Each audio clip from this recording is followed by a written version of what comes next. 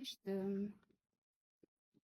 So to write, it means يعني جزم.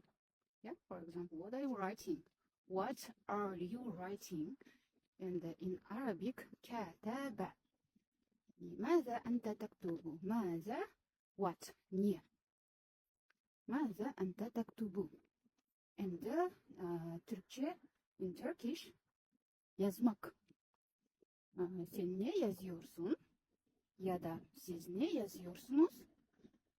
And in Russian, написать, писать. Что ты пишешь?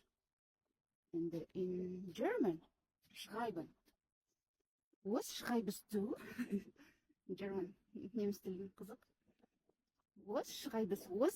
Was? Ну, дұрыс, was. Was емес, енді ағылшын тілімен кетіп қала береді, менің тіліммен. Was schreibst du?